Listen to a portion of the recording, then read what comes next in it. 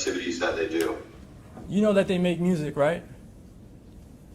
I mean, yeah, I guess you could call it music. When you say you guess you could call it music, what do you mean by that? I mean, I guess it's a form of music. All right. So you just don't like the music, but they create music, right? Okay, listen, Mr. Right. McClymonds, listen. And I'm looking at the statute here, and I'm looking at the most recent version. And this is the one that was effective February 13th, 2025, correct? That's the most recent version you guys are aware of? Judge, I'm trying to pull it up on Westlaw right now. I'm looking at it right now. This is what Westlaw shows to me. This is the most recent version. And it states at 907-041-5K. That's the pretrial detention. Are you talking about the gang statute or the pretrial? No, I just want to get us focused on what I'm going to be considering. That's why I'm backtracking on this, okay? So I'm looking at 907-041, the version of the statute that was effective February 13th of 2025, subsection 5K. Quote, a party may motion for a pretrial detention order to be reconsidered at any time before a defendant's trial if the judge finds that information exists that was not known to the party moving for reconsideration at the time of the pretrial detention hearing, and that such information has a material bearing on determining whether there are conditions of release or bail that will reasonably assure the appearance of the defendant as required and the safety of any other person and the community from harm. So that is the standard I will be applying. So all of this stuff, all of this historical stuff about ATK and all candor is not going to move the ball. You need to ask this witness about anything that has occurred since that either wasn't known at the time of that hearing by counsel representing your client, or something that has changed subsequent to, okay? So I guess two issues. I think you mentioned that was from February of this year. Yes. They make laws after that, the legislature. And I know, but do you have the more recent version? I'm just It's looking at on Lexis. Westlaw, and I'm just telling you what Westlaw is showing me, that the most recent version is February 13th of 2025. I mean, I can show you what I have. I'm not sure what you're looking at, but I can show you what I have. I'm looking at Westlaw, that's what I'm looking at, 907.041. They have this as the most recent version. If I'm wrong, And Judge, that's what I had made representations to the court as well. Like, I had looked at all versions, and the latest one had just moved it to a different letter.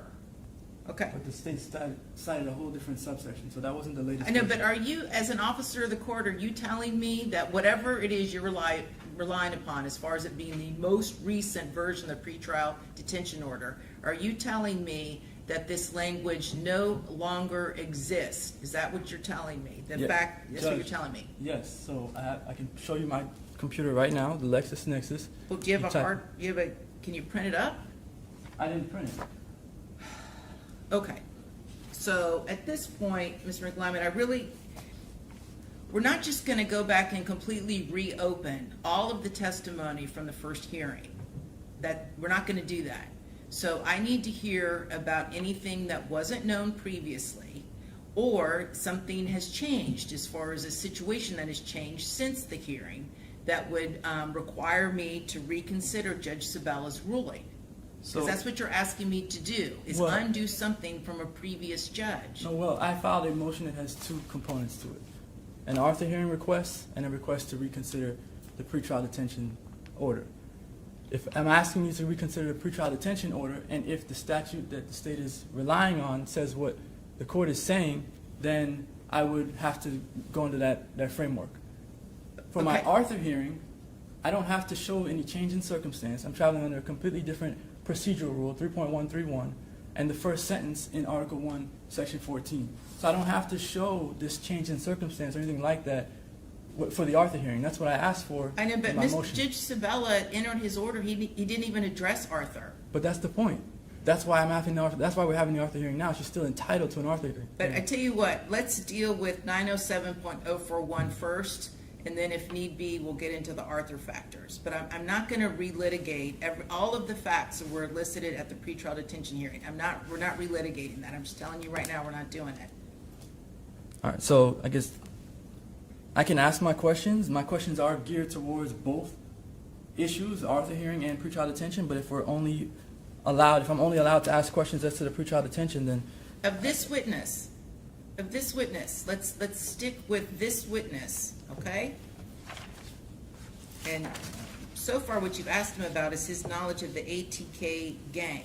All I really want to hear about from this witness is if something has changed, if there's something about the ATK gang that was not known at the time of the original pretrial detention hearing, I'd like to know about that. If there's anything that's changed since this hearing about the ATK gang, whether in fact it's a gang or not, I would like to hear about that. ATK going down, y'all. I told y'all in my last video, my last live, I told y'all ATK is going down, fam. You testified at the pretrial detention hearing for Alicia Andrews last year. Is that correct? Yes, I believe it was last year.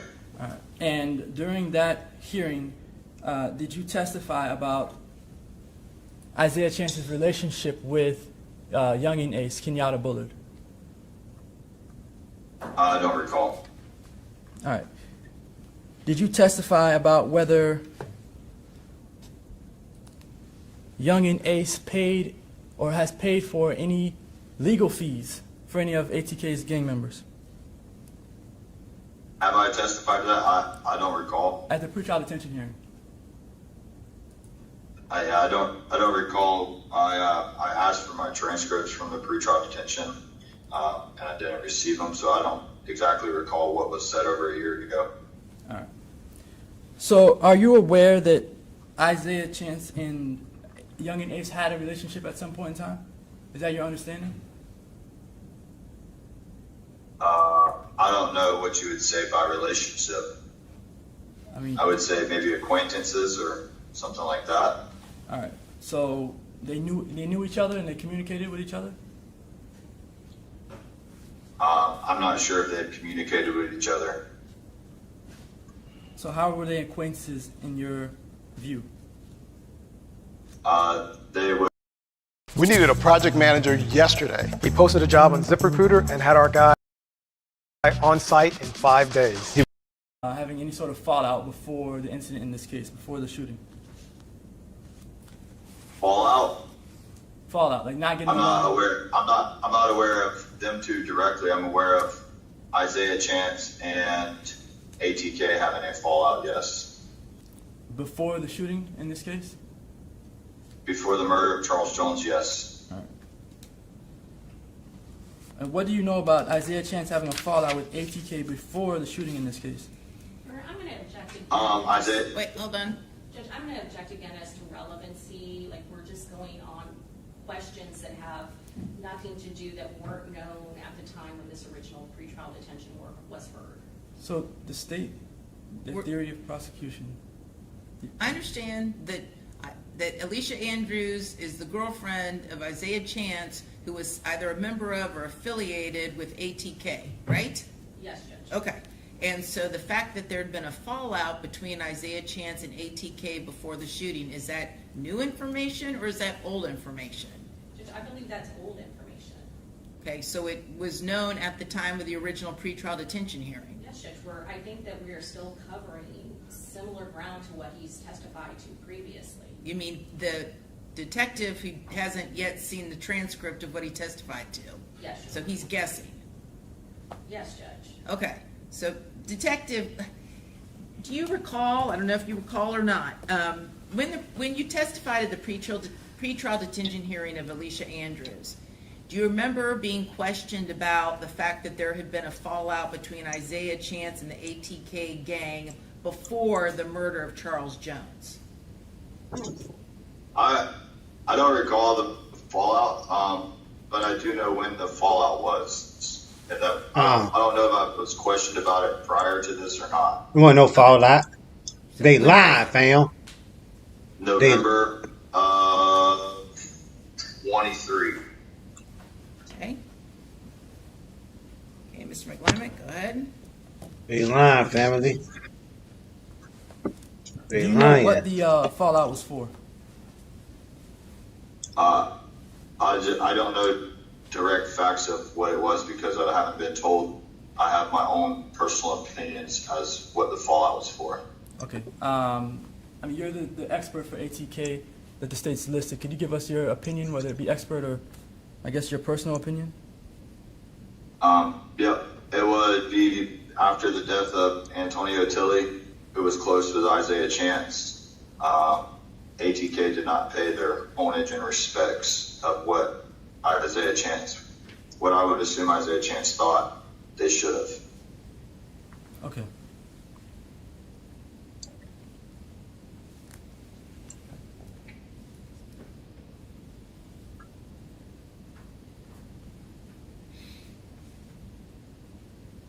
All right. Under the pretrial detention standard, I have no further questions. Okay, Cross? No, Your Honor. Okay, may this witness be excused? Yes, if we're not, I guess I would just make an objection for the record. I had other questions for the Arthur hearing issue. If he's excused, I won't be able to ask those questions. So Well, there's the issue. you can proffer. What else were you going to get into? The whole background of the case? Well, not the whole background. I have a few sections. This is not the trial, so I'm not going to go over everything with him. Yeah. So, I'm going to sustain your objection at this point, and at the end, you can, if you want to create a record, you can by proffering. But okay, thank you. With that understanding, Detective, you are excused. You can leave the Zoom. Yes, ma'am. Thank you. Have a good weekend. You too. All right, who's going to be your next witness? it'll be Mr. Robinson. Okay, and I believe this is one of our witnesses. I'm going to ask the media to not broadcast her appearance. Ms. Robinson, come forward.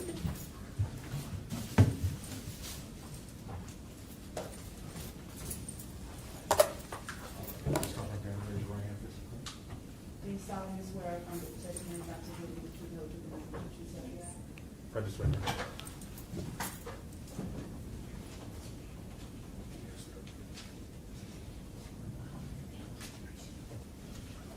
And for the purposes of this hearing, you can just refer to her as Ms. Robinson, okay?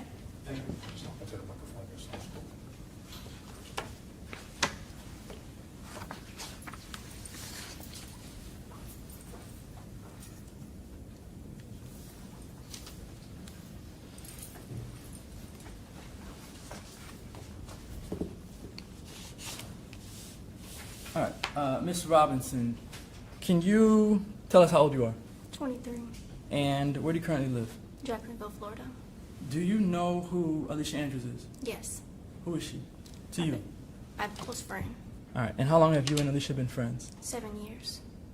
When you know what year you met? Around 2018. All right, and in 2018, were you in high school? Yes. Was Alicia Andrews in high school? Yes. All right, and would you consider yourselves to be best friends? Yes. All right, then and now, or just then, or like what is your relationship with her right now? Best friend. All right, so do you also know who Isaiah Chance is? Yes. All right, and how long have you known who Isaiah Chance? Since Alicia's been dating him. All right, were they dating in high school? Do you remember? Maybe around 2022. Okay, and when Alicia and Isaiah Chance got into a relationship, were you around their relationship? Were you in the vicinity? Or did you see them hang out at all? Did you see them interact? No. All right. At what point did you begin to see them interact? What do you mean? Interact? Like talk to each other on the phone or in person or anything like that? Go out on dates? I never really seen that. All right. Have you ever met Isaiah Chance? No. Have you ever spoken to him? Yes. All right. On what form or what mediums have you spoken to him on? Twitter. All right. Any text messages, anything like that? Yes. All right. Did Isaiah Chance and Alicia Andrews have anything, any physical altercations between the two of them in the beginning of their relationship? What's the relevance of this? Again, the state's theory of prosecution here, the motive for why Alicia Andrews is even involved in any of this stuff, is because she pretty much just loves Isaiah Chance so much that she would go and help him plot and complete a murder. Ah, here they go with that, y'all. The state is putting forward. That's the only motive that they have in this case as to why Alicia Andrews is involved. Okay, for the purposes of this hearing, I'll go ahead and let this witness testify as to this, okay? But again, keep in mind, it is binding case law. There is no defense of duress in the state of Florida, but I'll allow you for the purposes of this hearing to go ahead. I understand, Judge. We're not arguing any duress defense or asking for any instruction on that. So, were there any physical altercations between Alicia and Chance when they first started dating? Not around the first time they started dating, maybe further into the relationship. When you say further into the relationship, what do you mean? Maybe a year later, the abuse started to occur. All right, in 2023? Yes. And how did you learn of any abuse between Alicia and Isaiah Chance? She would send me Objection, hearsay. Hearsay is allowed at a pretrial detention hearing and an Arthur hearing. Yes. Hold on, you got Hold on. Yeah, that's fine. Go ahead. Yes, so during the abuse, she would send me pictures via Instagram and text message of her being choked, of her eye, of him punching her, and bruises. Okay. That's pictures, so that's not any words, right? Yes, correct All right. pictures. But did you also get text messages from her about these bruises and things, Yes. injuries? Yes. All right.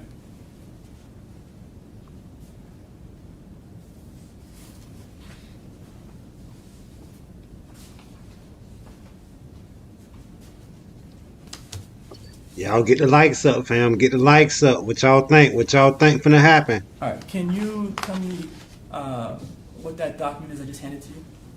The document that you did hand to me was Alicia stating that Hold on. Don't tell me what's said yet. Just tell me what the document is. What is it? basically of Isaiah choking her and me stating that he needs to stop putting his hands on her. So you're telling me what's in it, but tell me what is that you're looking at? Oh, an image of me and Alicia messages and Isaiah. Okay. Is it a screenshot? Yes, it's a screenshot. All right. And where does the screenshot come from? Text message and Twitter From whose phone? from Mines. All right. And is that screenshot has been altered in any way? No. Is it an accurate depiction of the screenshot that's in your phone? Yes. And is there? I'm asking the court to admit this into evidence. Well, I'm listening to her testimony, and so you want now to admit the screenshot? Do you have it, something on paper? It's on paper. I handed her Okay. the document. Any objection just for the purposes of this hearing? No objection, Judge. Okay, that's fine. Go ahead and admit it. Defense one? Yes. Have you marked it? Not yet. It'll be defense one. All right. So on the left of that document, can you tell me, or can you just read it to the court?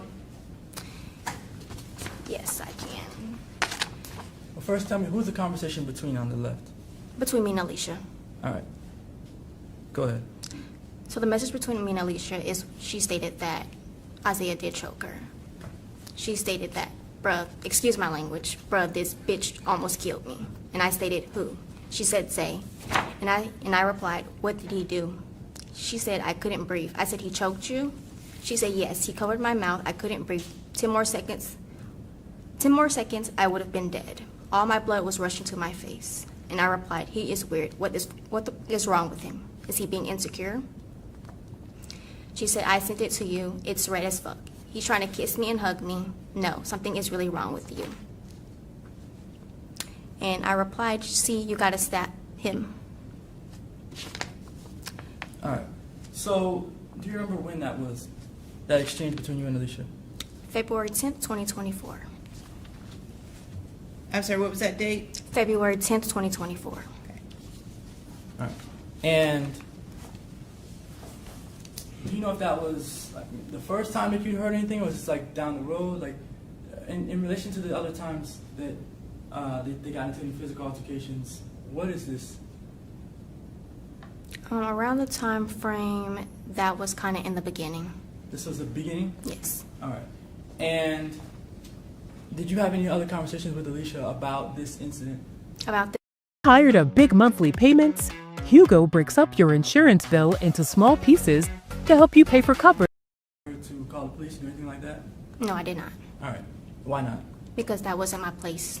All right. And now on the right, could you read that text message and tell the court who it's from or who it's between? The whole thing?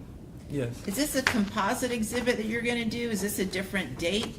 So Is this a different text exchange from February 10th of 2024? Is it the same day? What is it? the way that it's a composite, the way that it's printed out, judges, there's two side by side, and I guess it should have been printed on the other page. So it's 2 different dates, Judge. The Okay, that so just for the record, we're now moving on to a new date? we are. What date is that? What's the new date? I'm gonna tell her to give the date. Okay, thank you. So on the right, could you tell the court who that message is between? Me and Isaiah. All right, Isaiah Chance. Yes. And do you remember the date on that? Around March 4th, 2024. Okay. Could you read to the court what that message says? He stated that we both were wrong, I understand, but she pulled the first trigger. She threw the first punch, hypothetically speaking. Yes, physically it's going to hurt. It'll fuck you up, but come on now. Emotionally, that hurt. Intentionally wise, my scars and cuts and bruises run deep and won't never go away. Open forever. I can't even look at her the same. I told her that and be telling her that I wish it was something or somehow she can make it up. I see she's apologetic and hurt, but I'm hurt, but that shit can't fix that but what time and few scratches and bruises. Man, that shit gonna go away. Physically, I'ma still be forever stuck with it. Mentally and emotionally, never forgetting. So at the end of the day, who is really losing? Me. All right, and did you respond to him? Yes, I did. I stated, still say that's not right. If you love somebody, you don't put your hands on her. He stated, girl, what? I said, y'all got history, and that is not how love is showed. He stated, you don't get it, and you never is because you're a female. All right, is that the end of those? Yes. That's all right.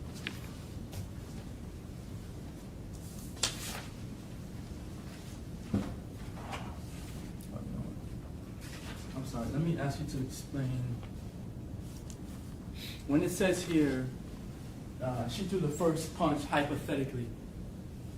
When you got this message from Isaiah Chance, was your understanding that Alicia... It's speculation, Judge. Sustained. Well, let me ask you this. Do you know what Isaiah Chance meant when he said she threw the first punch Objection. hypothetically? It's speculation. Well, that hypothetically means she's speculating. No, So I'm the gonna- message says the word hypothetically in it, so I'm not telling her to give me a hypothetical. Well, I don't need her to guess what Isaiah Chance meant, so. I'm not asking her to guess. I asked her if she knows, yes or no. If she doesn't know, then Well, it's do you speculation. know? No. Do you know if Alicia to hit Isaiah Chance? No.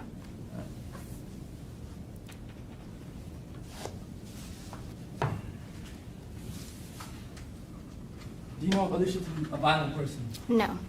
And do you know if Alicia is affiliated with any gangs? No.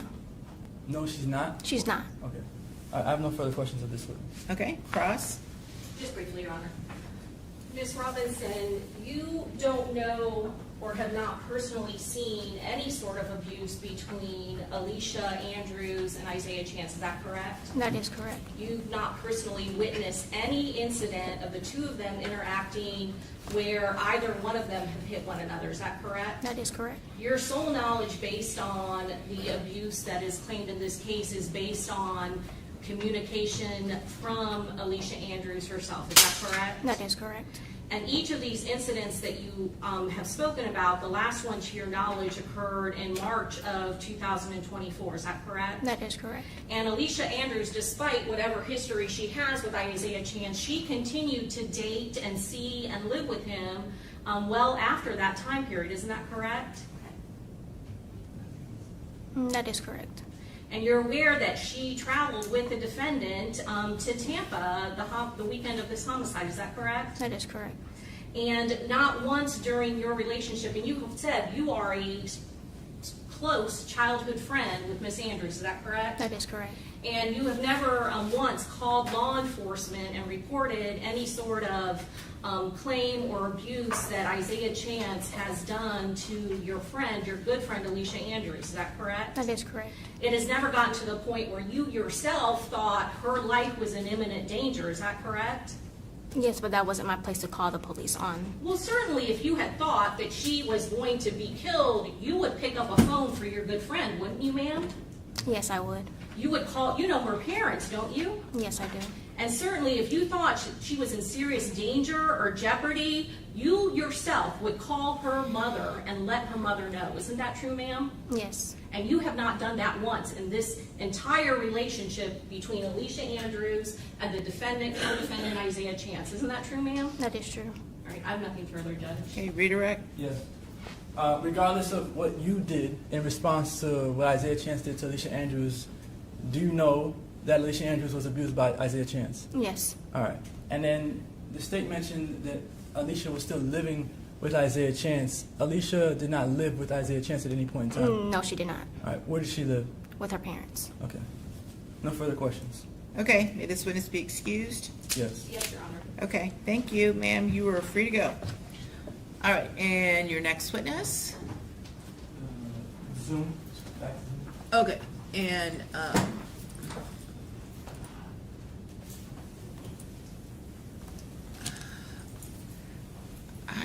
do you know, I don't see a name on here that corresponds.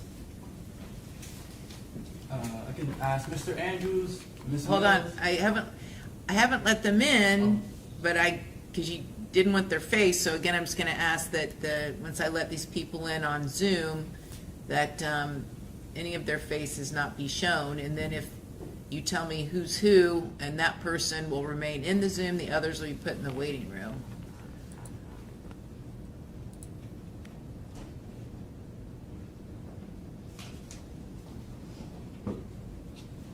So podium does have its, Yes, sir. okay, but I don't think it's got sound. Just went off. Just almost. Stay right there. There's a phone number that's trying to connect from the 904 zip code. I don't know, is that Jacksonville? There's an iPhone and another phone number. Maybe I could try to ask Mr. Andrews or Ms. Mills, if either of you are on the Zoom platform, can you unmute your microphone?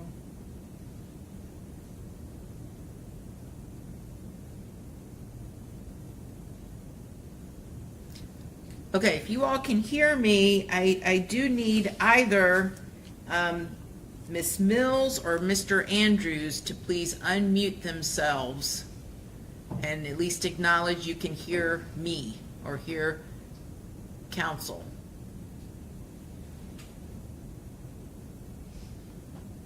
Not hearing anything.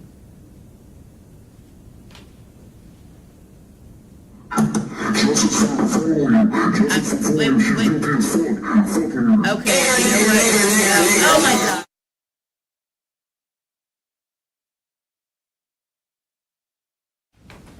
No more Zooms. No more Zooms in this case. I am horrified. Horrified. Horrified. Disgusting.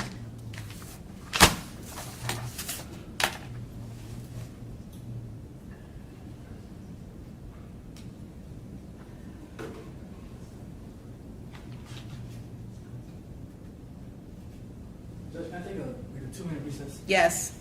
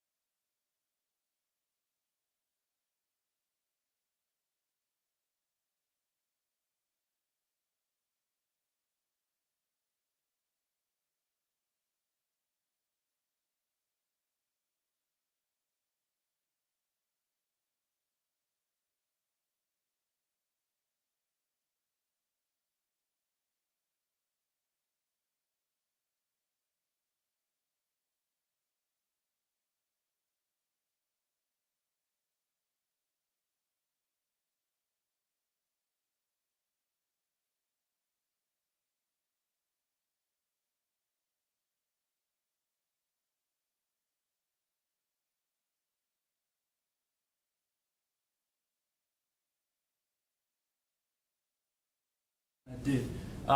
My proposal is that we don't allow everyone in. They just change their names on Zoom to the correct name. No, I'm not opening up that Zoom again. So they can appear telephonically if the state doesn't object. Judge, I don't object. So, Is there a number they can call into? yes. There is. Unfortunately, I don't know it. But if you give me their number and let them know that I will be calling them, then,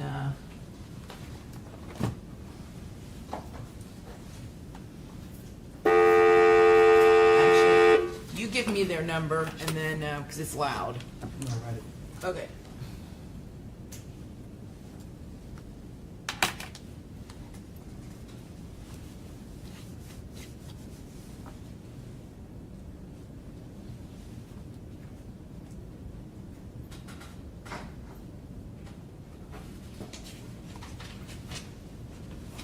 Okay, and is this Miss Mr. or Miss? Miss Mills. Miss Mills, all right.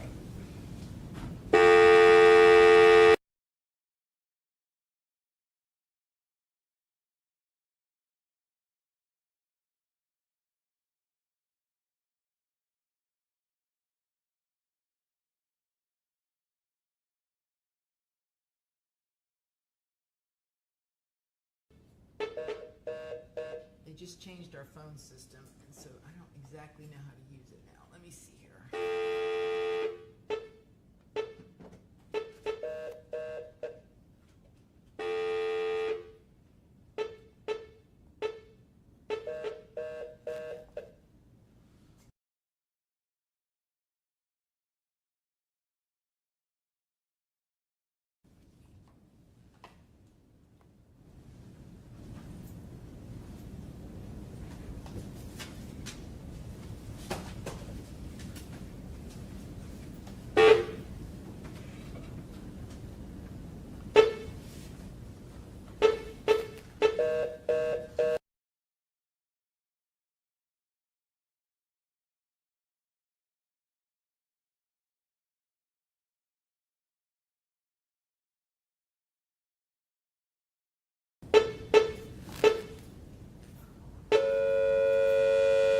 Hold on. Let me check my emails. They just changed out our phone system and they did something different as far as making calls. Let me see what.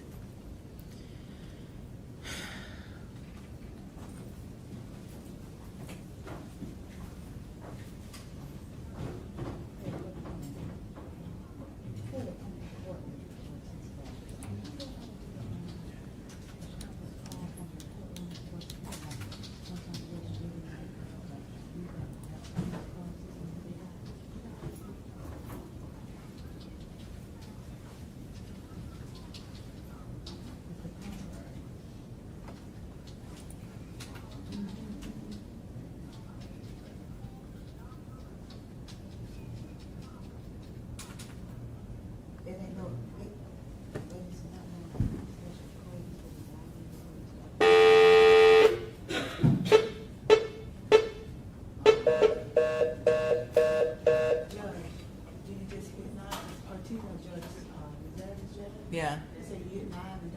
That's it?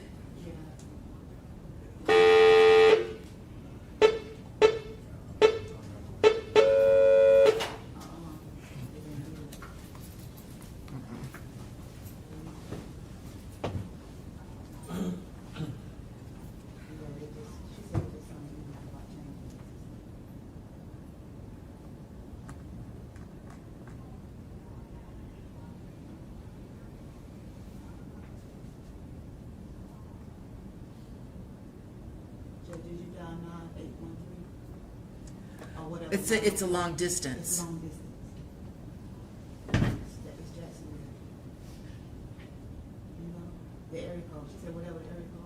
I tried that. Just tried a direct call. Didn't work. Let me try one more thing.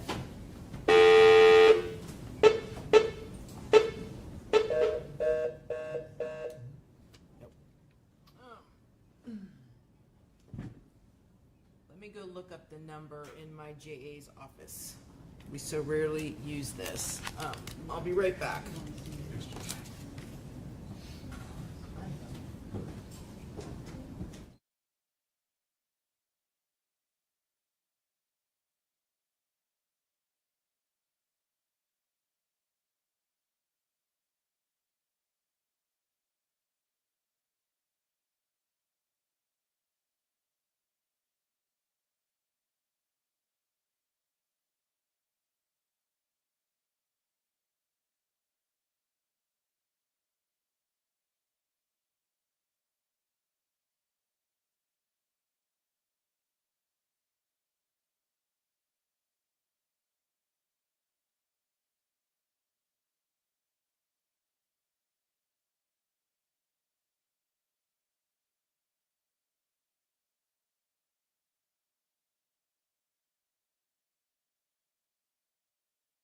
Mr. McLyman, I think this is the number, so come get this, and are you communicating with them via text? Yes. Then text them that number at the bottom, and have them try that, and we'll see if it comes through.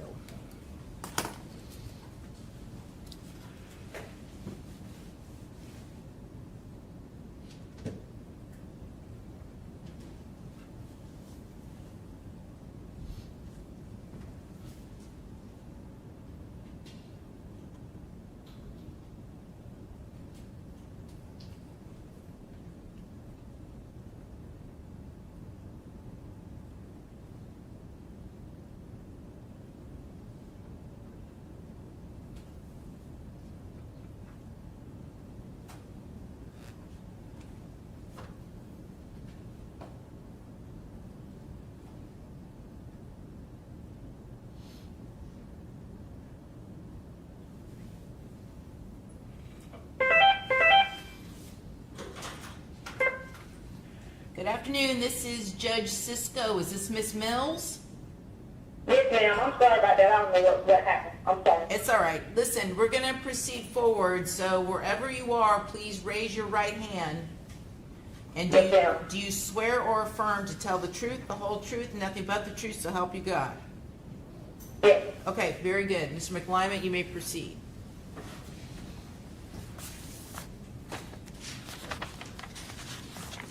All right. Good afternoon, Miss Mills. You may have to, I don't know if she can hear you or not, but this, Oh, this. it's Can you very hear me from Good antiquated. afternoon. Can you hear me? I can hear. Good afternoon. All right. Okay, go ahead. If you can't hear me at any point, just let me know, please. All right. Miss Mills, can you please tell us where you currently live? Not your address. Yeah. Okay. And how do you know Alicia Andrews? She's my daughter. All right. And did Miss Andrews, your daughter, did she live with you at any point in time in her life? Can you repeat the question again? Yeah. Did I'm sorry, Judge, could we turn it down here just a Yeah, I'm going to need you to step up here to do the questioning because I've got to turn this volume down. So just stand up here next to the phone, Mr. McLyman, and make life simpler. Okay, go ahead. All right. Can you hear me? Yes, I can hear you. All right. So the Miss Andrews, Alicia Andrews, how long did she live with you? 21 years. 21 years. Her whole life? My whole life. Yes. All right. At any point in time, did Miss Andrews live with anyone else besides you? No, sir. All right. And who all lives in the home? Alicia, my other daughter, my grandson, and my husband. All right. Your other daughter is how old? She'll be 25 on Sunday. All right. Well, she called 24, but she'll be 25. Okay. And then your husband, what does he do for work? He drives tugboat. He drives what? Tugboat. Tugboat. Like TUG? Like seaman, like working seaman. Can you spell Drive semen? boat. Can you spell semen for us?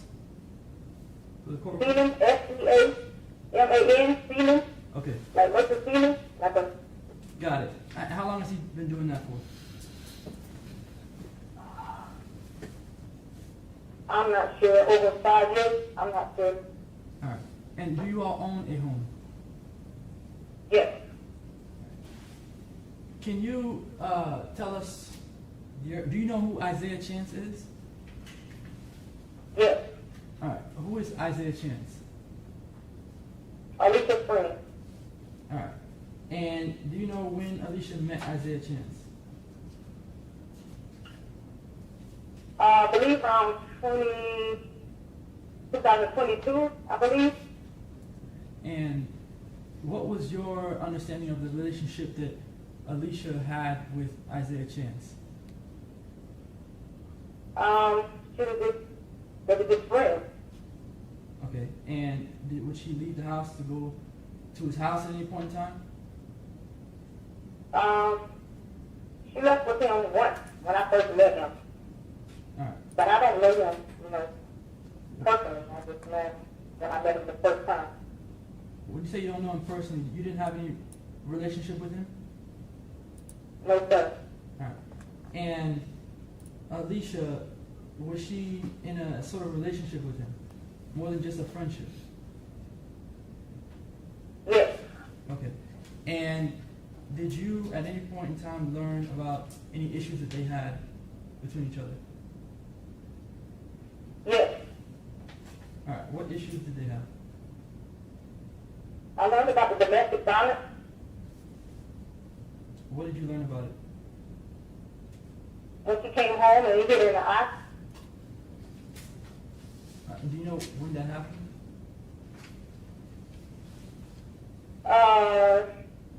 It was I know it was like a week or two before all of this stuff transpired. Alright. Is that the only time that you're aware of any physical altercation between the two of them?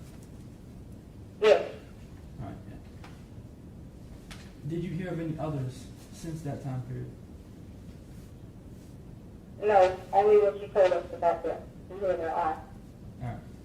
And when she was hit in her eye, what did you do about it? I asked Alicia, did she want to go to the police station and put in the report, but she was afraid. What was she afraid of? She was afraid I had just chance. Alright. Were you aware of any alleged gang affiliation with Isaiah Chance? No, sir. I'm just learning about all this as all this stuff happening now. That's how we all learning about it. I never knew.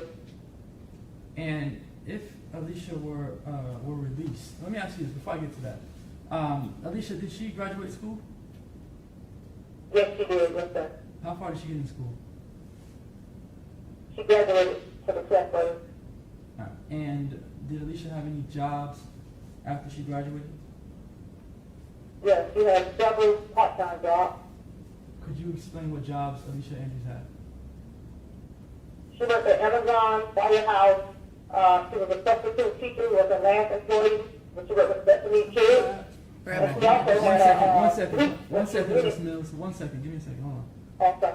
The court reporter is having trouble hearing you. At times, just kind of slow down so she can hear you better because it's a little bit of static. The last I heard was Amazon and I think Chick-fil-A, and then you said she might have been a substitute teacher where? Yes, she worked at Amazon, Firehouse, and she was a substitute teacher where she worked with different kids like special needs. And she also had a suite where she rented a suite where she did lashes and facials and she does hair. Okay. So in Alicia's, I guess, spare time, is she working majority of the time? Yes, she was doing hair and different facials and lashes. She went to school for esthetician. She got an esthetician license. Alright. So she was doing that on the side. Do you know of her to be involved in any gang activity? No, sir. My daughter's not in the game now. No, sir. And if she were released or granted some form of release, where would she go to live? She would be home with me and my spouse and my daughter and my grand. Okay. When you say your grands, are you referring to Alicia Andrews' daughter? My grandson and my granddaughter. Is the granddaughter you're referring to, is that Alicia's child? Yes. All right. And do you work currently? No, sir. Right now, I'm unemployed right now. And if Alicia were released, I guess, to your custody, would you be able to monitor her? Yes, sir. All right. And would there ever be a time when she's at the house, I guess, by herself? No, sir. And why not? Because I have my daughter here and I also have my husband here. All right. And And I say the last part again. You broke up. my daughter and my husband. What drives an entrepreneur to create? Is it fear? I think you cannot think straight if you have fear in you. Because on the other side,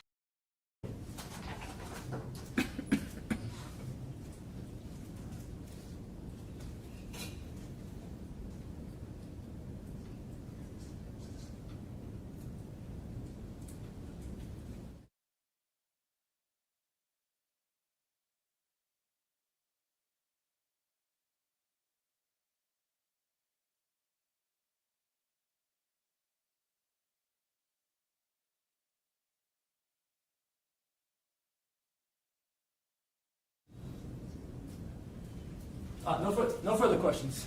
Okay, State, do you have any questions of this witness? I do not, Judge. Okay, thank you, ma'am. I'm gonna go ahead and hang up now, all right? Okay, thank you. Okay, all right, bye-bye. Bless you. All right, you wanna have your next witness call in as well? Doing that right now, Judge.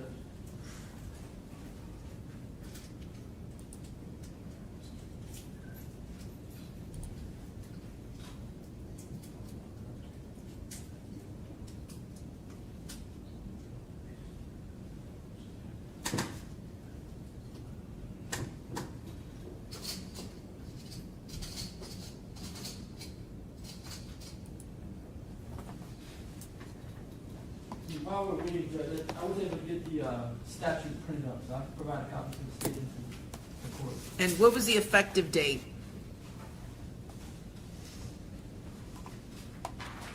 Give me a second.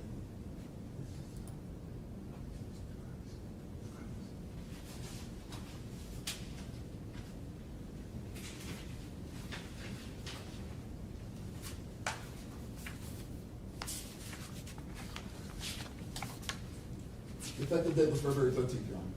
I know, but that's what I'm looking at online right now. So I don't understand where the, let me see what you've got, because I'm looking at it right now online on Westlaw. 907.041, pretrial detention and release, effective February 13th, 2025. And I just read you all the pertinent statute.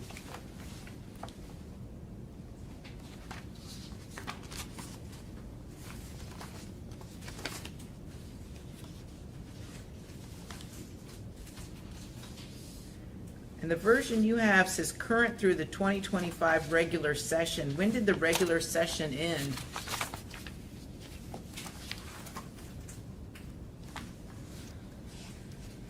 I don't know the answer to that question, Judge. This is the statute that I pulled in Lexis. It just came up.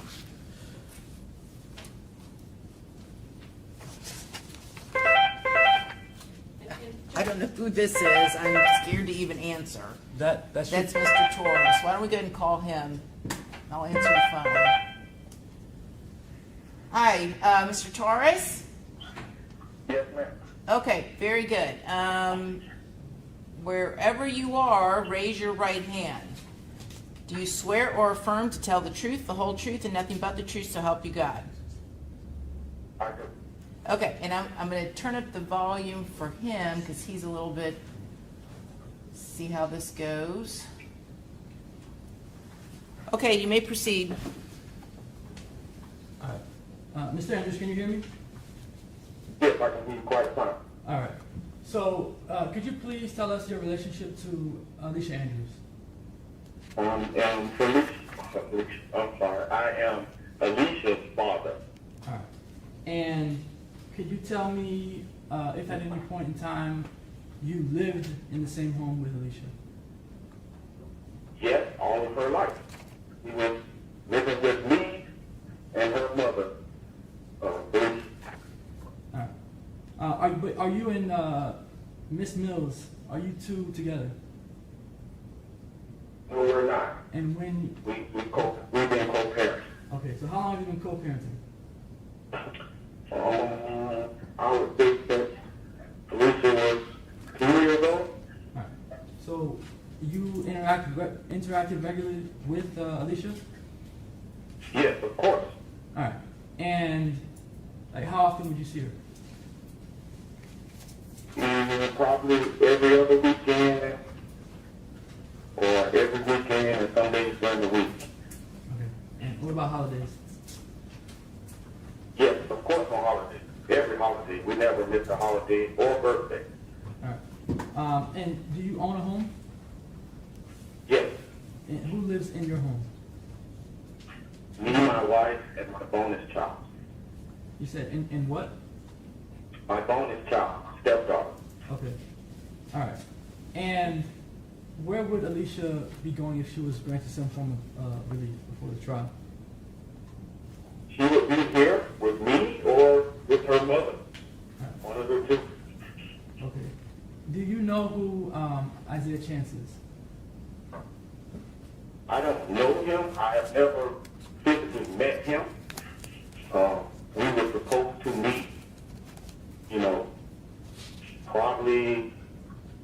of days, but he never showed up. But I never got the opportunity to meet him personally. Okay. Do you know if that was for any particular reason? To me, after all this has transpired, I think it may be, the way I carry myself, and, I'm not that type of guy. My lifestyle is not structured that way. So I believe he may have maybe felt as if I would not allow him to see her going forward. When you say you're not, That's the only thing I can possibly say. I can't really say what it would be because I never met him. okay. Now, you have a job. Yes. What do you do for work? I'm a container refrigeration mechanic. And how long have you had that job for? 27 years. All right. So you have a stable job, and you're able to manage Alicia if she's out? Yes. All right. You're able to provide support? Yes, definitely. All right. Are you able to keep her just away from individuals, certain individuals? Of course. Now that this transpired, we would definitely, much less her mother, would definitely make sure that doesn't happen. Or anyone. So for the most part, she will be at home. She won't go anywhere. All right. Did Alicia ever hide things from you? And let me be more specific. Did Alicia hide her relationship with Isaiah Chance from you? I can't say, I would say so because I never got a chance to meet him. I know more about him based on what's going on now than I ever knew about. And you also became aware of this domestic violence? Yes. When did you become aware of it? It was one particular day, her mother called, and when I arrived, I learned that she had a black eye, and I asked her what was going on, she said other, and if I'm not mistaken, I asked her what happened, and I assured her that, no one should be putting their hands on. I never put my hands on my daughter, so I wouldn't allow anyone to put their hands on my daughter. So, one thing led to another. We never really got into the conversation. I think she was more or less hurt, much scared. And, for the most part, she stayed away. Then all of a sudden, this happened. All right. Do you know Alicia to be a violent person? No, she's not a violent person. Is she dangerous? No, she's not dangerous. Right. She wouldn't hurt a fly. All right, and well, I guess give me 1 second.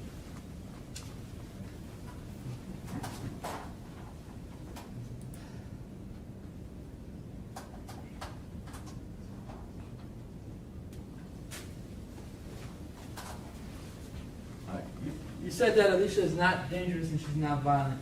Are you saying that just because she's your daughter? No, in the view that, other people may see, or the view, that's not the view for me. Alicia's never been in any trouble. Alicia's never harmed anyone. She's never been in trouble. She's not a violent person. She's my sweet little girl. And no, I won't be just saying that because that's my daughter. I have other children. And the way I raised my children, I didn't raise them this way. To be violent. Or to be considered some kind of member of a gang. I have no further questions. Okay, any questions? No, Judge. Okay. All right, thank you so much, Mr. Torres, and I'm going to hang up the phone now. Your testimony is concluded. Thank you very much. Okay. Okay, any additional witnesses? Just Detective Ramos. Okay.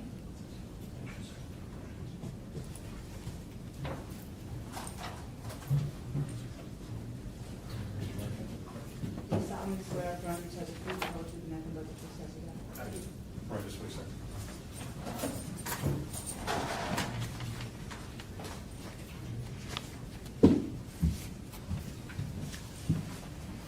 You may proceed.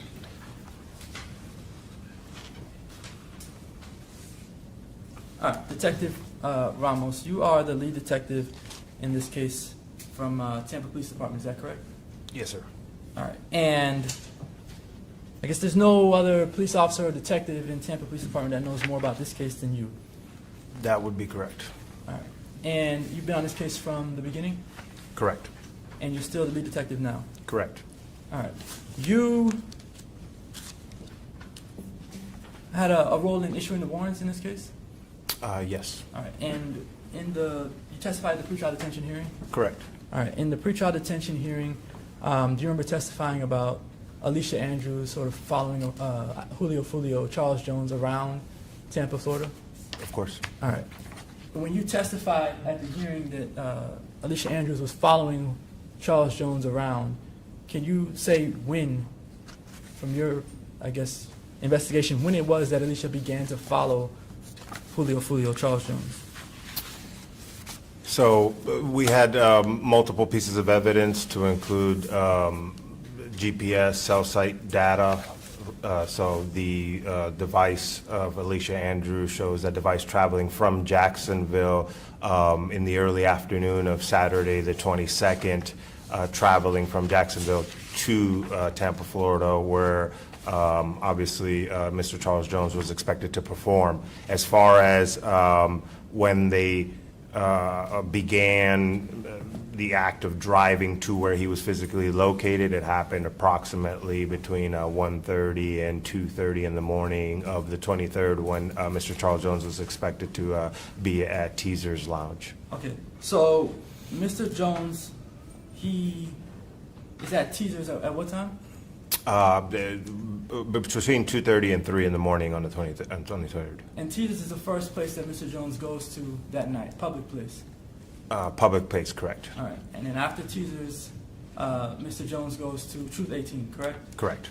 All right, and then after that he goes to a hotel. Correct. All right. Did Alicia Andrews, from your investigation, did she follow Charles Jones to Teaser's, the first location? Yes. How do you know that?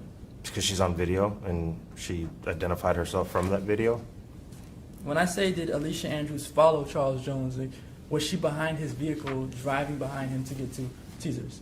I'm not going to get into the specific of what the definition of following is. Mr. Jones arrived on video, and then shortly after, Alicia Andrews arrives on video. She is seen getting out of the car, walking up to get within eyesight of the front door where Mr. Jones was waiting to go in. After Mr. Jones goes into the club, she then retreats back to her vehicle and drives away in stages nearby based off of the cell phone data. So by following, I mean Mr. Jones arrives, and then Alicia arrives shortly after, and on video you can see Alicia positions herself in a position where she can see Mr. Jones.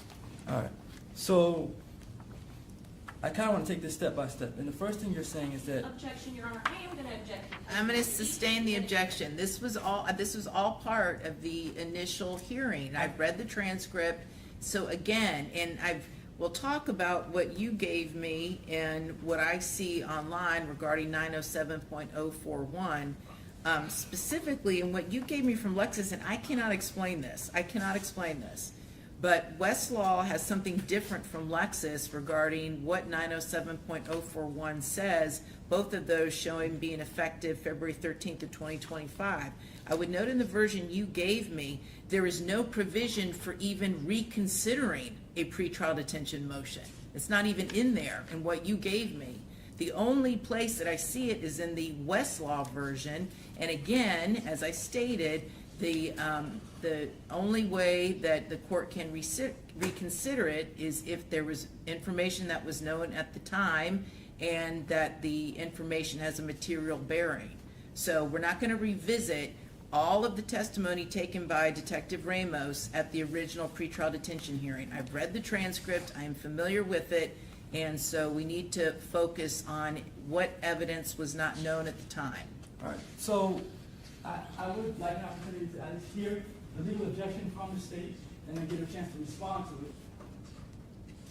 They did just object, and they said I it's... didn't get the legal basis. It just said objection and the court sustained it. I didn't get an opportunity to, Okay, go ahead, state the legal basis. Judge, we'd object as to relevancy. As we have previously stated, this is already, all of those questions have already been litigated in the original pretrial detention motion. Sustained. Okay? and I didn't get a chance to respond to it. But again, for the record, the state is arguing a standard for reconsideration of a pretrial detention motion. I filed a motion for an Arthur hearing under 3.131. Right, but if And, we're going to first address under the standard of the pretrial detention statute, because if I find that the motion for reconsideration should be denied, then the Arthur factors become moot. And again, Judge Sabella didn't even address it at the original hearing. So you've made your objection noted for the record, but. And I want to also add this. If the court could revert to the pretrial detention standard, when someone files an Arthur hearing, the Arthur hearing standard and the Arthur hearing, the constitutional provision for it, the statutory provision for it, would be meaningless. It would have no effect because the state would file a pretrial detention motion, they'd have a hearing on it, and the court would do what it's doing now, which is to say, hey, let's deal with the pretrial detention standard, let's not deal with the Arthur hearing standard, which is also what happened, apparently what happened at the first hearing in this case. So again, under either standard, okay, we're not revisiting what already occurred at a pretrial detention hearing. Judge Sabella has already ruled, and you're asking me to undo what Judge Sabella did. And I'm telling you that we're not going to get into any of the facts that were developed at the pretrial detention hearing. This is a motion for reconsideration. This is not a reopening of all of the testimony. We're just not doing it. Again, I'm not asking the court to... Okay, Mr. McClimate, we're not going to see eye to eye. I've ruled, so you need to elicit from this detective any facts that were not developed or testified to at the pretrial detention hearing, whether they be pursuant to the pretrial detention statute or Arthur. That's what we're doing. All right, and this fact that I'm trying to get to is a fact that was not elicited during the hearing. And if I could proffer, I guess I'll proffer the issue here. The issue is that Detective Ramos testified at the pretrial detention hearing, and just now, that Alicia Andrews arrived at Teasers after Charles Jones got there. His report say different, the video evidence says different, and that is the point that I'm trying to make right now. That would be new evidence that the court did not consider the first time around. Okay, go ahead with that issue. Detective Ramos, you wrote a report in this case, right? Yes. And in the report you list, at a certain point in the report, you list the times that you see different vehicles and individuals on video, correct? Correct. All right. And do you remember writing in your report when the silver Chevy Cruze arrived at Teasers? The silver Chevy Cruze arrives before Charles Jones does, correct. Okay. But Alicia Andrews is not visible in that silver Cruze that first. It drives through the parking lot and then it leaves. I don't see Alicia Andrews visible on camera until after Charles Jones arrives. So if your question is if the vehicle arrived before, yes, it did. Well, her cell phone data shows that she was there in that vehicle at the time when the Chevy Cruze was on camera, right? Correct. I believe her to have been in the vehicle before Mr. Jones arrives. So Sure. So why are we suggesting that she was not in the vehicle? I'm not suggesting that. I believed her to be in the vehicle. So she was at Teasers before Charles Jones got there? That is my belief, yes. All right, so there's no way that Alicia Andrews followed Charles Jones to Teasers, correct? Again, Mr. Jones was expected to be there. It was publicized on his social media, so she would have had knowledge that he's going to be there. So we have established through the evidence that the sole purpose of her being there is to get to Mr. Jones. You've established that through evidence? Through the investigation, yes. You have- There was no other reason.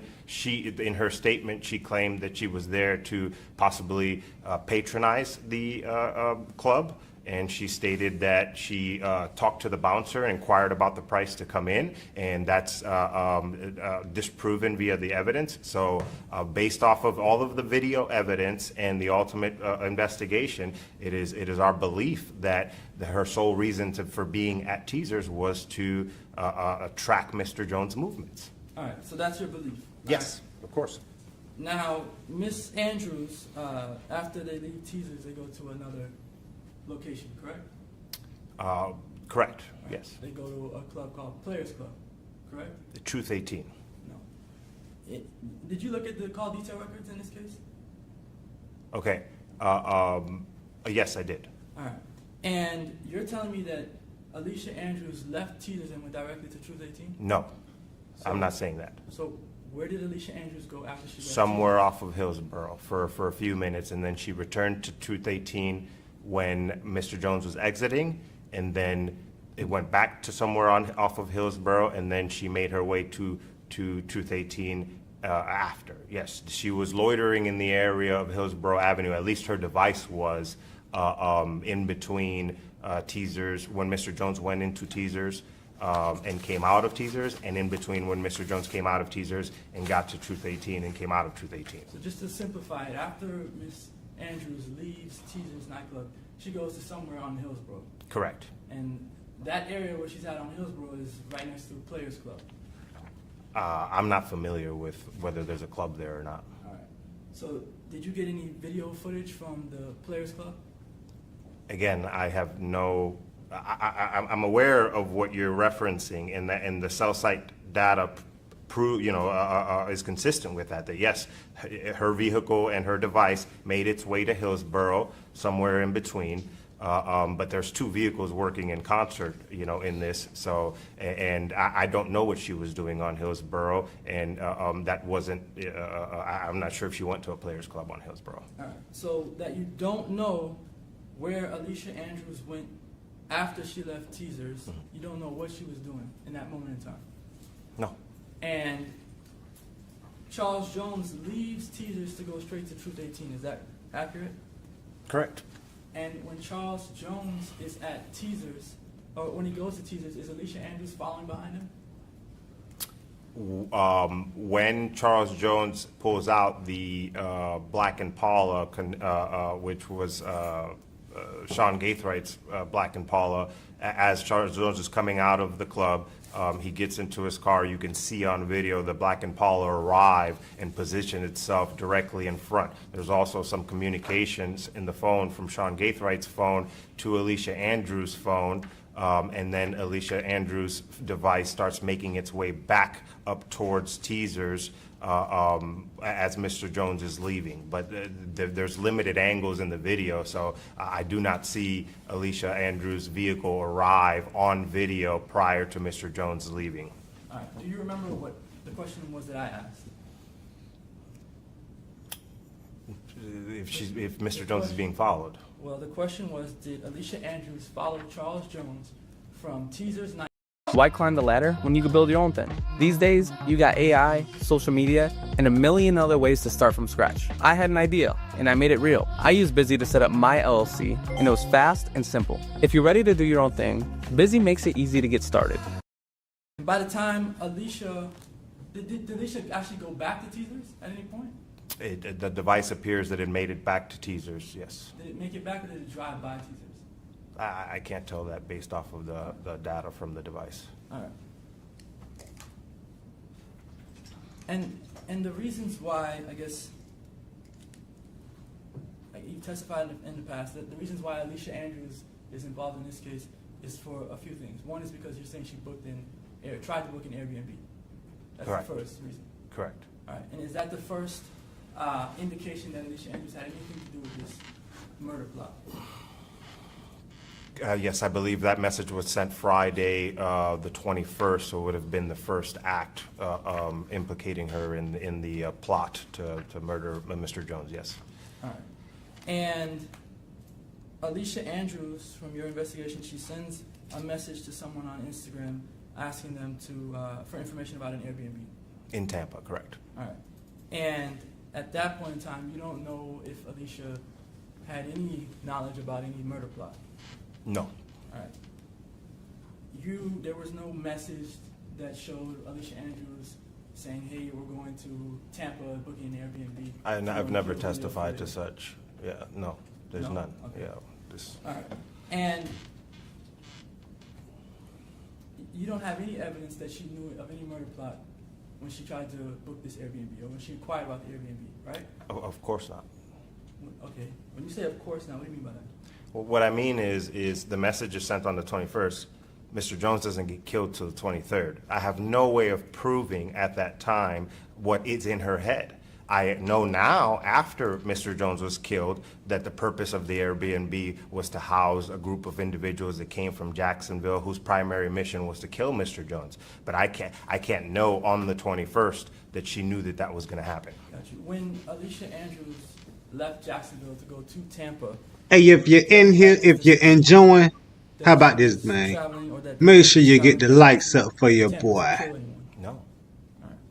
when they got to Tampa, do you have any evidence that shows that Alicia Andrews knew that these other individuals were going to kill Charles Jones? The first indication that there's some possible consciousness of guilt is in the arrival at the Airbnb. There's a Ring camera that covers the front door that captures any movement near the front door, and I stated this in my report. You know, it is our belief, based off of analyzing that footage and speaking to the owner, that there was no way that the four gentlemen who came with her would have been able to get into the Airbnb unit without activating that camera through the front door. The only person seen going into the Airbnb on the arrival is Alicia Andrews, and therefore it is our belief, based off of analyzing that there's two ways in, a back door that would have been locked. We believe Alicia Andrews went into the Airbnb and unlocked the back door to allow the four gentlemen to come in through the back, which, you know, I would argue is you know, a consciousness of guilt, or if she knows that these four men need to conceal themselves from this camera. All right. So whether the back door was locked or unlocked, that's pure speculation. Again, objection, Your Honor. We're going into an area that definitely was covered during the pre-trial. I agree. Sustained. Well, I asked, so this is what happens. I'm asking a question. Detective Ramos is going on a very long tangent from the questions I asked, and he's bringing up a lot of things that are. Well, then why don't you cut him off? Like, if he's going on a tangent, then cut him off and say that, thank you, you've answered my question, let's move along, because this was all testified to. All of this was testified to at the original pretrial detention hearing. These are not new facts. These are all known facts. So, I mean, they're alleged facts. And I understand they're alleged facts, but they're all known alleged facts. This is nothing new. This is nothing new. If I get an opportunity to cross him, you would find new information. And if the court wants me to cut him off while he's answering questions, and if I have that leeway, then I'll take it.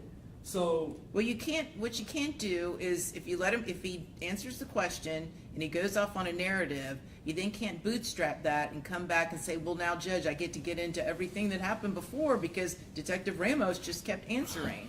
So, Detective Ramos, please just try and answer the question asked, okay? And I think that will Yes, Your help Honor. everybody. all right. So you're saying the first indication, I guess, that Alicia Andrews has any consciousness of guilt is when she opens the Airbnb door in Tampa. Yes. All right. And you have a video of her opening this Airbnb door. Entering through the Airbnb door. Entering Through the front door. All right. And in this video, when Alicia Andrews approaches the front door, you see someone let her in from the inside, correct? No. You don't. How did she open the door? She rings the doorbell, and I spoke to the owner. He has a way to unlock the door remotely and speak to her through the intercom on the camera. So, are you saying the owner opened the door for her? That is my belief, yes. When you say it's your belief, did the owner tell you that? Yes, I spoke to him. He said he let the first, he didn't say that he let specifically Alicia Andrews in. He said he let the renter in through the door by unlocking it remotely. That's what he told me. All right. And that's your sworn testimony? Yes. What's the owner's name? I don't recall. How many times did you speak to him? Once. And when Alicia Andrews goes to the front door, does she have, who's she talking to on the phone? I don't know. She's not talking to Isaiah Chance or anyone to let her in? I don't know that she was talking to anyone on the phone. I hear audio, and it sounds like she's talking to somebody possibly through the intercom of the of the ring. I don't know who she's talking to. All right. So you don't know who she's talking to, Correct. and you don't hear the owner saying that he's going to let her in. No.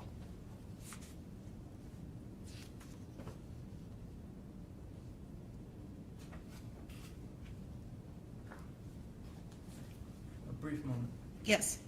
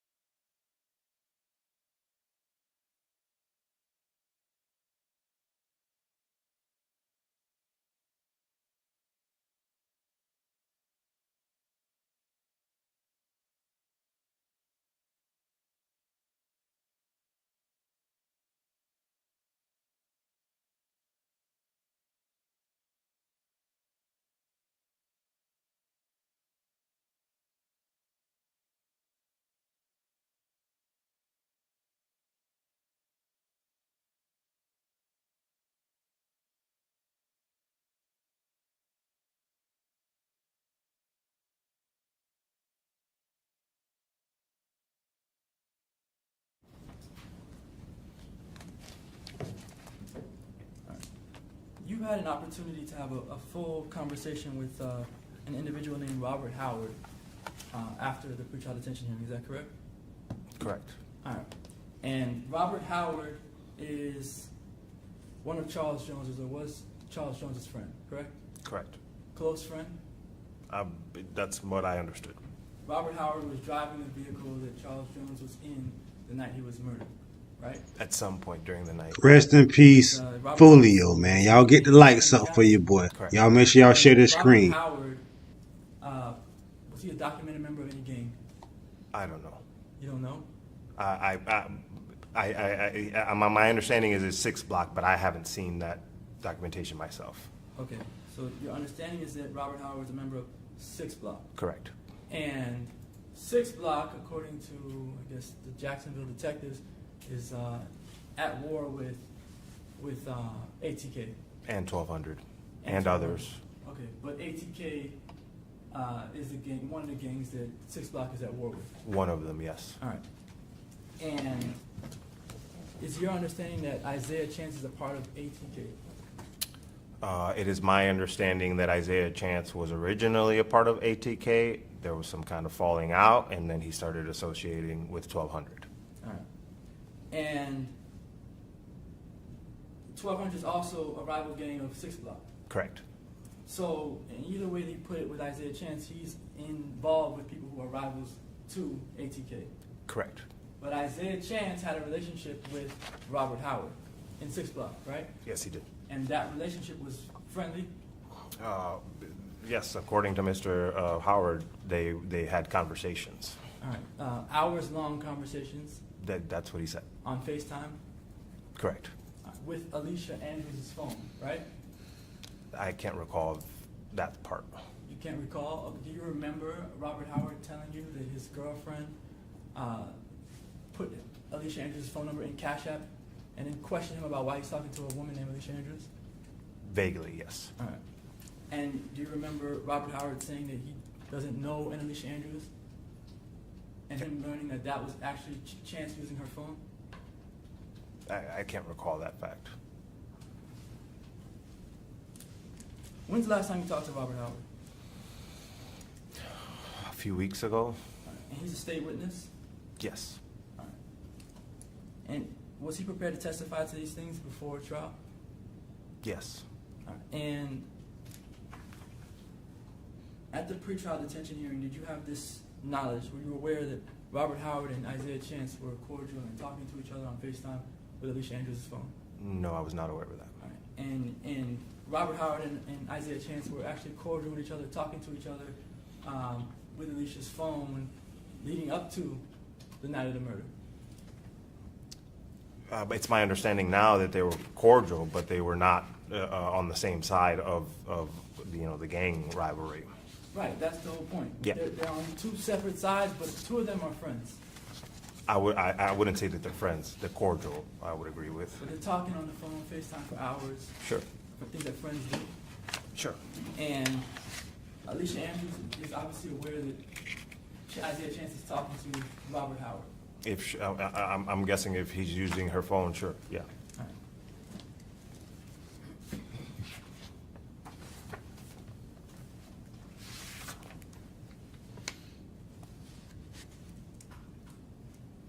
Does Robert Howard have any evidence that Alicia Andrews knew that Julio Charles Jones was going to die on June 23rd, No. 2024?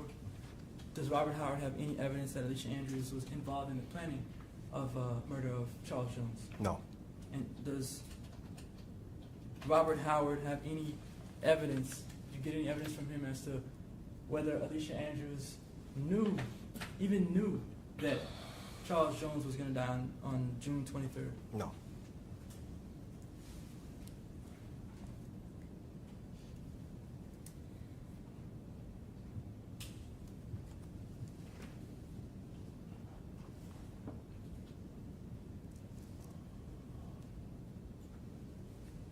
Did you talk to Sean Gathwright's grandmother before or after the pretrial detention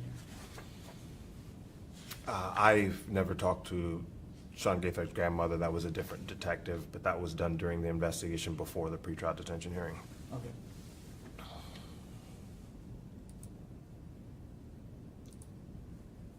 Since the pretrial detention hearing, you've had an opportunity to run ballistics in this case? Correct. All right. And you've had an opportunity to collect and analyze guns, ammunition, casings, all of those sorts of things, correct? Correct. Objection, Your Honor, because we're now clearly going into facts that did not exist at the time of the original pretrial detention hearing. I thought that was everything the court wanted me to get into were things Well, that go ahead. didn't exist. Overruled. All right. You had an opportunity since the pretrial detention hearing to analyze different pieces of physical evidence, right? Yes. All right. That includes guns, ammunition, casings, and of that sort, right? Correct. Things that were involved in the planning and the murder in this case, right? Correct. All right.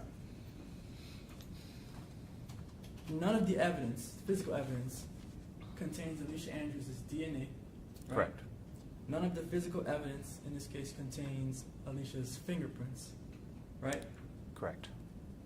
And you can't say whether Alicia even saw a gun on the night of June 23rd or June 22nd leading up into the 23rd. No, I can't. All right. No further questions. Okay, Ross?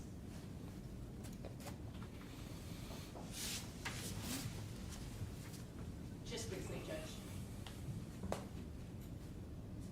Detective, the defense attorney asked you about the vehicles and the silver Chevy Cruze being at the location at Teasers prior to the victim, Charles Jones. Is that correct? Correct. And you testified that there was communication between Alicia Andrews' phone as well as a phone that was in the black Chevy Impala, Sean Gathwright's phone. Is that correct? Correct.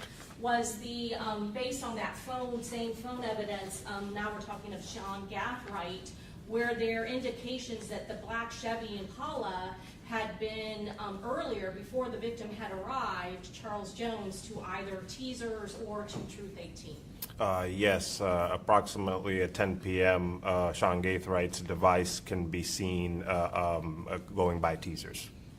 And how many times or how long the street in front of Teasers was that black Chevy Impala and Sean Gathwright seen earlier, 10 o'clock, before the victim even went to that appearance in front of that club? It loitered in the area for approximately 30 minutes to an hour and drove by Teasers multiple times.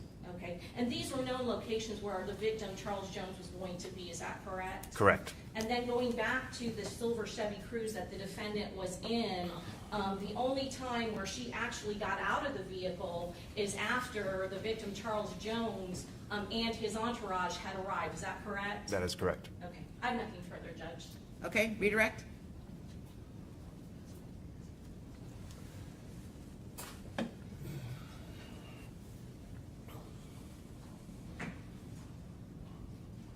Alright, so Alicia Andrews gets out of the vehicle after Charles Jones arrives, which you just said on Correct. redirect or cross. So when Alicia Andrews is in the back of Teasers in that vehicle, can she see Charles Jones arriving to Teasers? When she's parked in the back? Parked in the back, and they're backed in next to the gate. She can't see Charles Jones arriving to the Teasers nightclub. From that position, no. All right. So when you make the point or the argument that she does not get out of the vehicle until after Charles Jones arrives, she doesn't even know that he's there. Mr. Jones arrived and parked and loitered in front of the club for a while. So her vehicle arrives after Mr. Jones' vehicle has arrived, and he's gotten out of the vehicle and he's loitering. So she would have been able to see him before she parked. From when she's back there, she can't see him, but then they walk towards the front. You testified earlier that the silver Cruze was there before Charles Jones got there, right? That it circled the parking lot before. ZipRecruiter finds qualified candidates for me. I can't believe how I used to do it before. None of these candidates are qualified. This guy was a cat influencer. Now I'm getting people who are the best fit for my roles. ZipRecruiter. Try it free at ZipRecruiter.com/YouTube.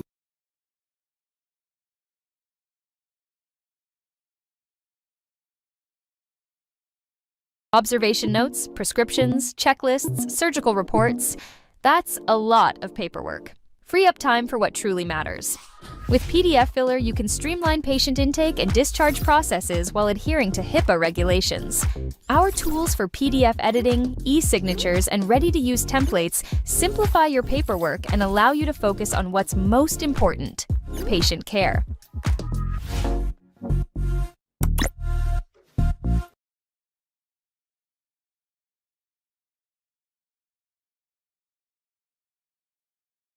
Cruze arrived. So I think it would be helpful if Detective Ramos just walked it through one more time regarding the Chevy Cruze at Teasers.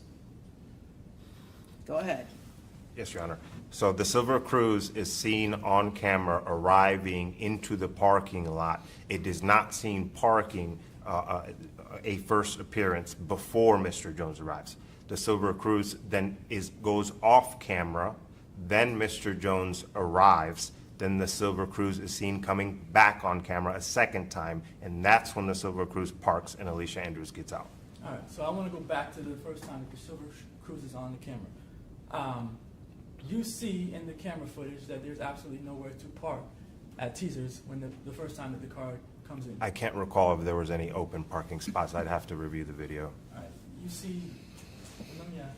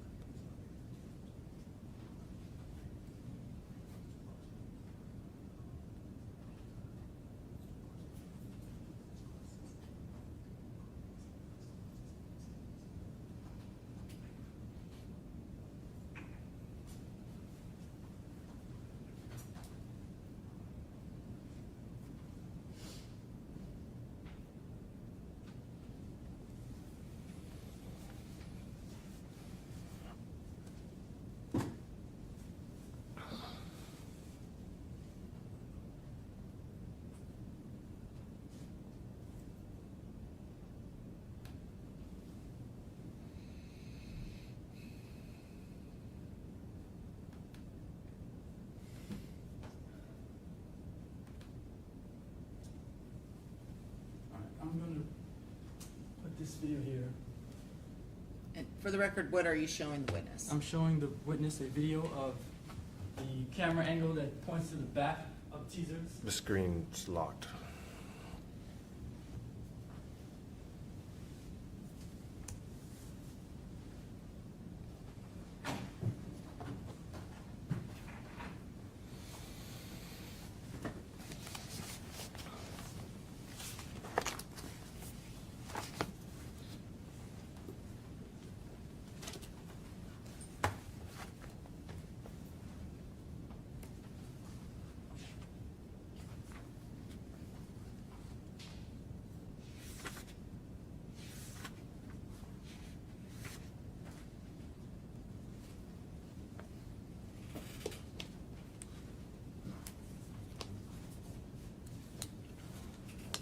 And the purpose of showing you this video is so you can see the moment when the cruise arrives. You can just let us know when you see it.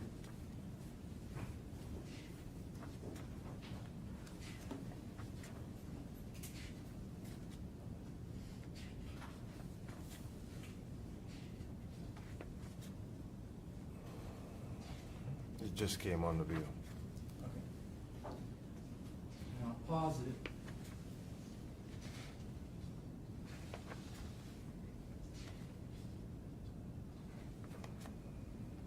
So, could you tell the court what time on the, and we'll get into what the difference in the time discrepancies and whatnot. Could you tell the court what time you see on the video? The timestamp is 2:10:28, and the video is approximately 7 minutes and 23 seconds slow, so the correct time would have been closer to 2:18. Okay. All right, and that's when the Chevy Cruise first arrives. This first visible on camera, correct? Right. And from that camera angle that you see there, the parking lot is full. Correct. There's not a space to park. That's what it appears, yes. There's actually even a line inside somewhat of a line inside the parking lot area. There appears to be several vehicles that are not parked that are running, yes. All right. So after this, the silver Chevy Cruise goes off camera. Correct. You don't know where it goes exactly. No. Does it leave the area? No. All right. And then it comes back on camera at another point in time. Correct. And do you know at what time it comes back on camera? I can't recall the exact timestamp. All right.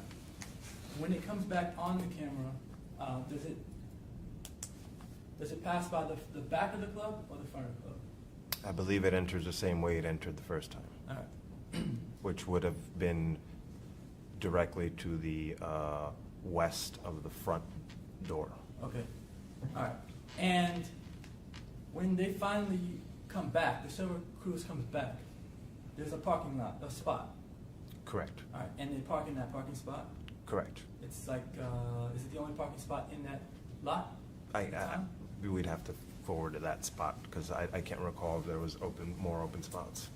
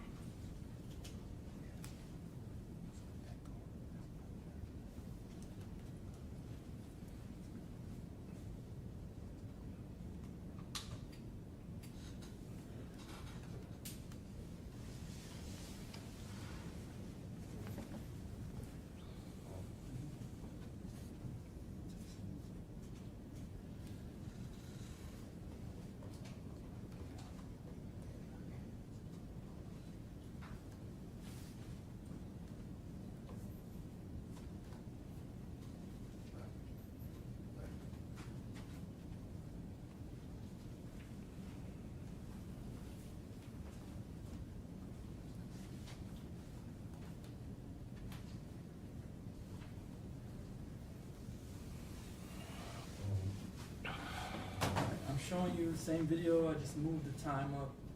I'll let you read the time into the record. Sure.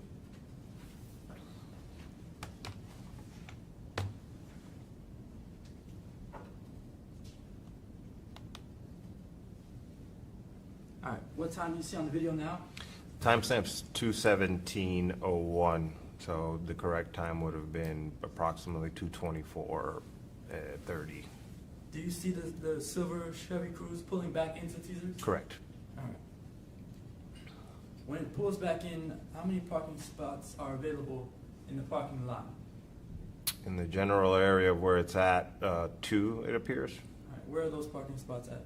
in along the back fence line on the north side of the parking lot. All right, so there's no parking spots up front. There's no parking spots anywhere else in the vision of this view, like in the view of this camera. So the only spots you see are towards the back, Correct. and they go to the back and they park. They back in, yes. All right, and then once they park, they get out of the vehicle. Yes. Now, the reason why they got out of the vehicle, I guess you were suggesting earlier that it was only because Julio Charles Jones had arrived at the location. Is that the suggestion you were making? Yes. Oh yeah, family. We talking about that boy Wham tonight, so y'all make sure that y'all tune in, and y'all make sure y'all get the likes up for your boy. And once again, rest in peace to Foolio. There's nowhere to park. Would it be your expectation for them to get out of the vehicle at that point in time? They actually waited a little bit before they got out, so they didn't get immediate out. It wasn't like immediately park and get out. That's a different question. Yeah. So the question I'm asking is the first time that the cruise arrives, and there's nowhere to park. Sure. Do you expect them at that time to get out of the vehicle? I'd be speculating. I don't. There's no reason for somebody to get out of the vehicle if the parking lot is full and there's nowhere to park. Oh, okay. I see what you're saying. You're saying the first time, since there was nowhere to park, could they have possibly gotten out while the vehicle was in motion? No. Yes. So yeah, I agree. So when they do find a parking spot, it's then.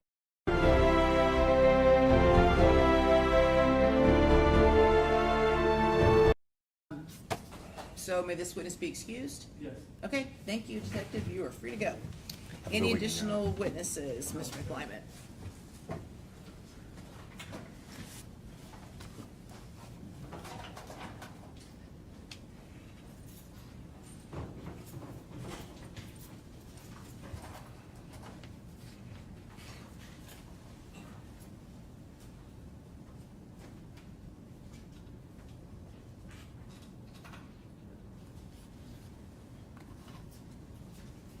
Any additional witnesses?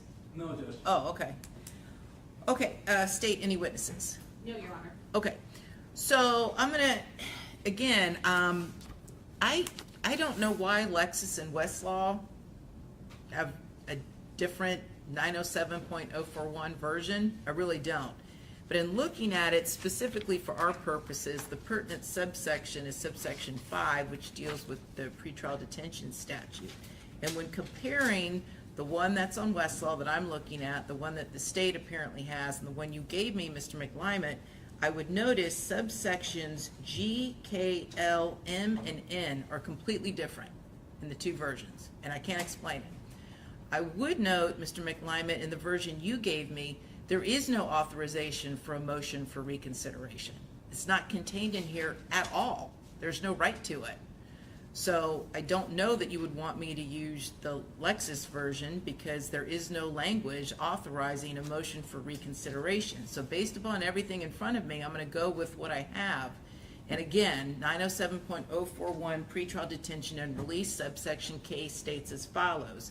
A party may motion for a pretrial detention order to be reconsidered at any time before a defendant's trial if the judge finds that information exists that was not known to the party moving for reconsideration at the time of the pretrial detention hearing, and that such information has a material bearing on determining whether there are conditions of release or bail that will reasonably assure the appearance of the defendant as required and the safety of any other person and the community from harm.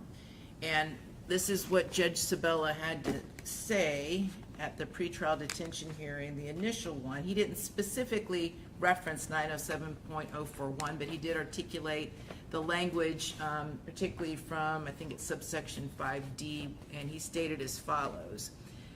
This is a circumstantial case, but I believe that there is strong circumstantial evidence, at least under a principal theory and perhaps a conspiracy theory.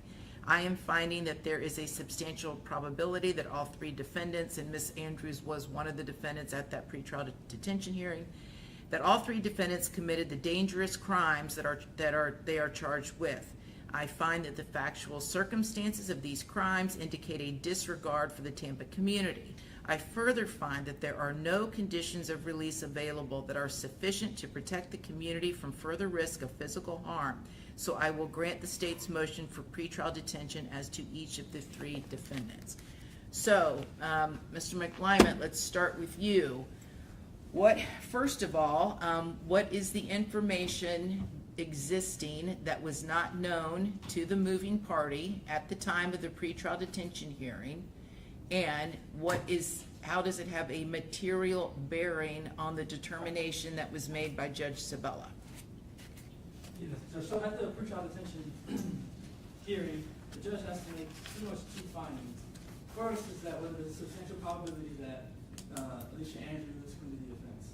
And then the second is whether there's a laundry list of other items in the statute that if one of these other items applies, then the pretrial detention statute applies and the court may hold, or at least the new statute says that the court shall hold the individual in detention. So that second part that Judge Sabella mentioned is that there were no conditions that would keep the community safe from Ms. Andrews. I know you're telling me I understand what 5D says. That's the pretrial detention. That's what gave him the authorization to initially hold Ms. Andrews in pretrial detention without bond. I'm asking you under subsection K to please identify for the record what are the facts or information that was not known to the moving party at the time of the pretrial detention hearing, and how does that information have a material bearing on determining whether there are conditions of release or bail that will reasonably assure the appearance of the defendant as required? Tell me what the new or what the unknown facts were at the time of the pretrial detention hearing. Right, so there's several things that Judge Sabella did not consider during that hearing. One would be... No, listen. I'm not revisiting the legality of Judge Sabella's order. I'm not an appellate judge. I'm asking you what was not known at the time of the hearing. Not that he overlooked it. If it's already in the record, I'm assuming he heard it and it factored in his decision. I'm asking you what was not known at the time of the hearing. Judge, I'm trying to answer the question. Okay. This is the third time I'm trying to answer the question. Okay. The things that he did not know, or the things that weren't presented to him, the parties didn't know. One, the parents testified here today. That didn't happen at the other hearing. So the information that they provided today was not privy to the court previously. In addition to that, the testimony about Robert Howard, and I'm going to go over why this is relevant and the court should consider it, but I want to just list out the things that are new first and then go back over it. The testimony about Robert Howard that was elicited today was testimony that the officer did not know at the time, the lead detective, the court did not know. Right? And I don't know if the state knew at the time either. In addition to that, there's the domestic violence information, which goes to the state of mind and whether Alicia Andrews had the motive to sit around and support her boyfriend's mission to go and kill an individual. So those three things, in addition to, those three things are new. I guess new information that the court didn't consider at that hearing. Not that he overlooked it, he just didn't consider it. And then the other thing I forgot to mention is the fourth thing, which is that since the pretrial detention hearing, there's been an opportunity for the state and the Tampa Police Department to go over, analyze, and look at all the ballistics in this case, and determine whether Alicia Andrews even had any of the guns in her possession at any point in time, whether she saw any guns, whether her DNA or prints were on any of these guns. And so these four main, points I want to harp on for the pretrial detention issue. The Arthur hearing is separate and aside. I'll make some arguments about that after, but I think it's relevant to the court, and I think it's pertinent here for the court to consider these four different things because they all weigh in favor of Alicia Andrews. And why do they weigh in favor of Alicia Andrews? Because they all show that she had no motive, that she had no knowledge of what was going on, and that she was a person that was just really tagging along. And again, Robert Howard, I'll start from Robert Howard. He is a member, according to the state, of 6 Block, this rival gang. Alicia only knows that Robert Howard is talking to her boyfriend, who's supposed to be in a rival gang, through her phone on FaceTime, several times for hours on end. So the state paints a picture. The theory of prosecution is that, hey, why would Alicia Andrews drive from Jacksonville to Tampa if she knew that her boyfriend was at odds with 6 Block and with the members of 6 Block? Why would she do that? Alicia Andrews did not know that her boyfriend was at odds with 6 Block. I mean, from the evidence, it appears that her boyfriend and members of 6 Block were friends. That her boyfriend was using her phone to FaceTime Charles Jones' best friend at the time of his murder, leading up to his murder, and weeks and months before that. So from Alicia Andrews' standpoint, she has no idea that the Murphy brothers are even coming to Tampa. She has no idea that the Murphy brothers have their own issue with Charles Jones. She's coming down from Jacksonville to Tampa with this understanding that there is no problem between her boyfriend and 6 Block or Charles Jones or Robert Howard, his best friend. In addition to that, the whole idea behind the state's case is that Alicia Andrews is, her and Chance, they're together, they're through thick and thin. She doesn't have any actual problems with 6 Block. She doesn't have any gang affiliations, any gang membership. She's not involved in any of the gang activity, the back and forth. No one from her family or her friends have died at the hands of a 6 Block member. So the only motive that the state has put forth for Alicia Andrews is that she's so in love with Isaiah Chance that she would do anything he asked her to do.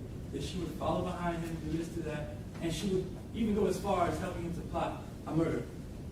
The evidence from the hearing that was not considered or known to the court before is that Alicia Andrews was being abused by her boyfriend at the time, abused by Isaiah Chance, and that this relationship that the state paints, this fairy tale relationship that they paint, is not accurate. And no matter how much the state wants to say that the friends didn't call the police, they didn't get involved, these things happened to Alicia Andrews. There's proof of it. We didn't make up text messages from the past. We didn't make up photographs, and we didn't pull a witness in here to perjure herself. These things actually happened, and they were happening right up until the incident of this case. In addition to that, her parents testified to that domestic violence. They testified that they learned of it just shortly before this incident happened. They didn't really know Isaiah Chance because Alicia Andrews kept things from them about her relationship, and they testified, which is important, to talk about the environment that Alicia Andrews will be going back into if she's released. She has 2 families, a mother, a stepfather, a biological father, and a stepmother. 2 homes in Jacksonville, separate and apart from anything to do with Isaiah Chance. She does not live with him. She never lived with him. It's important for the court to know that. If we're releasing someone, we're not releasing them into the similar or same situation that they were in prior to the incident in this case, that she's going into a situation where she's got support, she's got people that are going to be watching her, looking out for her, someone in the house with her the entire time, and as the court knows, we're asking for a form of house arrest in this case. So someone would be at the home with her pretty much 24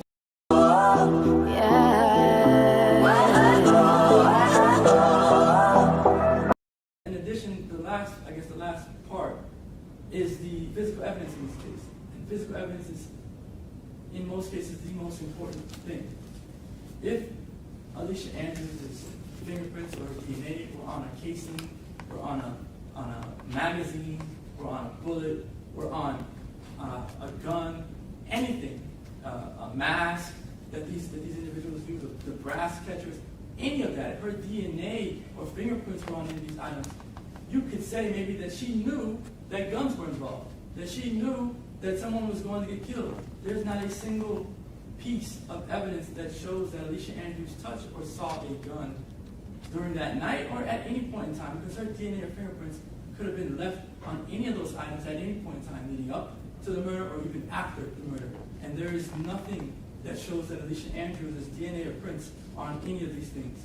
So those are the things that I guess the court is allowing me to argue at this hearing. Of course, again, the defense's position is that we filed a motion for an Arthur hearing as well, and that we should have been and should be allowed to get into much more than what we were allowed to get into today. And that the standard in an Arthur hearing is that the state has to prove by proof evident presumption great that Alicia Andrews is guilty of the crimes that she's charged with in order for the court to hold her. We're arguing that the state, even with the information that was elicited today, I mean, with limited information, it's, I guess, better for the defense because the state isn't able to prove proof evident presumption great that Alicia Andrews is guilty of these charges. So we're arguing that the state hasn't proved that she's entitled to a bond in that instance, and that had we been allowed to let me just proffer for the court. Had we been allowed to question the detectives more about their investigation in this case, we would have learned that ATK is really not a gang at all. It's a group of kids who make music. That there are state witnesses who testify on behalf of the state to testify to say that ATK is not a gang. They're state witnesses. They have turned into informants for the state. Testify that ATK is not a gang. Several of them. Detective Nieder testified that he has never even had. He's the gang detective for JSO. He's never even had an informant talking to him about ATK. Everything he knows, and I would proffer, most of what he knows comes from off of YouTube videos. The state has turned over in discovery evidence of charts, organizational charts for just different gangs, ATK in particular. And in these charts, you see a hierarchy, you see a level of some sort of these different members and their names and their associations with these gangs. The chart that the state turned over, that the state used during the first pretrial detention hearing, is a chart that is taken from off of a YouTube video. And Detective Nieder uses these videos to come up with his conclusions. And we would have learned through Detective Nieder that Alicia Andrews is not like any of these other people who are involved in ATK, for the simple fact that when other people in ATK have criminal cases, their fees, their legal fees are paid. Alicia Andrews doesn't have any connection to these individuals. She doesn't know them. The only one that she knows is affiliated with ATK at all is her previous boyfriend, Isaiah Chance. And he's in jail. And he's not, I mean, I don't think he's getting out right now, right? That's another big issue in this case, is that any influence that Alicia Andrews had from her previous boyfriend is gone. The fact that he's in jail. She would be out, she would be at home with her parents, monitored by them, and she would have an opportunity to prepare for her trial that is coming up and not be in jail preparing for the trial, because it's very difficult to prepare for a trial while someone is in jail. To talk to the person, to communicate with them, to show them videos, to go back and forth. These things are difficult when it's time to prepare for trial. And so I'm asking the court to take into consideration the things that I mentioned that are different now from the first pretrial detention hearing, the things that the court has an opportunity to hear and weigh now that the court did not have an opportunity to hear and weigh at the original pretrial detention hearing, and reverse the pretrial detention order in this case. But I'm also asking the court on a separate procedural vehicle to issue an order that the state does not prove by proof evident presumption grade the burden that they have in this case, that Alicia Andrews is guilty of the crime that she's charged with. Okay, Sturdy, response? Yes, Your Honor, I'll be brief. All of the facts that defense has gone over with They do not have a material bearing to the decisions that were made by Judge Sabella. I do want to speak briefly about the ballistics evidence, the fact that she is not in a gang. Those have been facts that have been known all along. We never expected to see her on any shell casings holding a gun. We have never alleged that she was ever the shooter in this case. It is clear based on the video evidence, which is evidence of the crime itself, which there is a significant amount of video evidence because where this crime took place were at public venues, at 2 clubs, and that in a hotel, all of which had video surveillance. So that the evidence here is actually what happened in this case. And she is seen on all of it. And she admits to being at all of those 3 locations in her interview with law enforcement. And it is very clear by the timing and the different camera angles exactly what the circumstantial evidence and nature of this case is. It has always been a circumstantial case, but it is overwhelming based on the timing of this case and the phone evidence of the coordinating tracking of Charles Jones in Tampa by 2 vehicles, and the tracker vehicle, which always comes before the black Chevy Impala that housed 3 gunmen that were heavily armed, very sophisticated crime, brought here from Jacksonville to Tampa. And the tracking of these vehicles is done through license plate readers that lead from Jacksonville to Tampa, starting the day before, where they are traveling in tandem, where both the Chevy Cruze and the Black Impala both show up similarly through this route. So you have 2 vehicles traveling together. So it has always been the state's position, even at the pretrial detention very early on in this case, that she was never the shooter, that she was never in a gang, that the only connection that she has to the gang is through her boyfriend, Isaiah Chance. So all of those facts were known. So the fact about ballistics, the facts about the parents testifying, all of that does not have any sort of bearing on why the facts that were presented at the pretrial detention hearing and why Judge Sabella made the decision that he did. He watched and saw all of those video surveillance and saw the timing of when one vehicle came, when the victim came, when the victim was seen, when the victim left, and then when those vehicles left. And he saw the coordination at each of those locations, as well as the cell phone information, which is her cell phone, by the way. And based on that and the type of crime that was committed, this was a crime where this victim was gunned down and was targeted, and where 3 heavily armed assailants that were prepared to take out this victim, 2 of which had assault rifles. The other one had a 9mm that was completely unloaded with 31 casings that were found left in Tampa, and a Tesla video, as well as the video surveillance at the hotel, which showed that the victim was targeted. And all of that is a dangerous crime that she participated in as a principal. We have never suggested that she had a gun in her hand at any time, but that she clearly was tracking the victim along with her boyfriend based on what was seen on that video.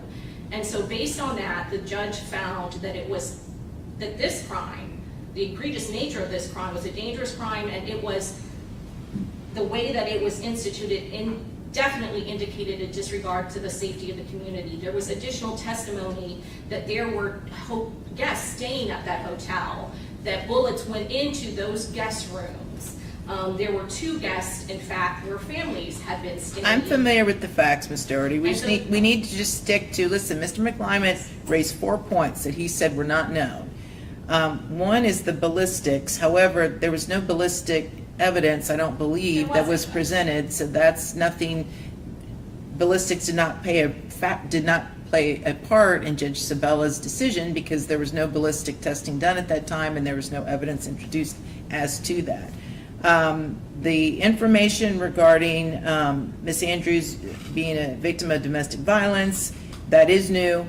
And then Robert Howard, I'm what's your position on if that has any material bearing? Judge, it doesn't. Robert Howard was an eyewitness and was with the victim, and he was not very cooperative or did not give a full statement initially.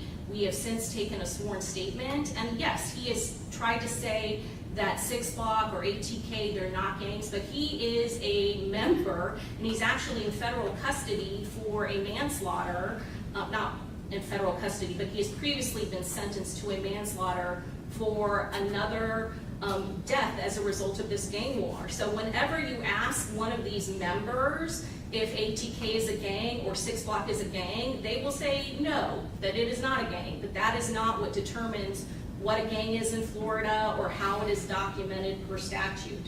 So it doesn't have any material bearing on why the judge made a determination that there was a need to protect the community, and that holding her that there were no reasonable means to or no reasonable conditions of release to adequately protect the community. It has no relevance or bearing on that whatsoever. The domestic violence judge, obviously, we're not contesting that that happened. Domestic violence should be prosecuted wherever and whenever it happens. She has never reported it. There was nothing ever that we could find to. Are you LLC curious? Wondering, is it time to make my business official? With Busy, forming your LLC is simple, fast. She is murdering or trying to defend herself against her attacker. Duress is not a consideration and does not excuse her participation in gunning or killing or murdering another individual, not anything having to do with her abuse. It just is not relevant. Okay. And was there any other fact? No, that's fine.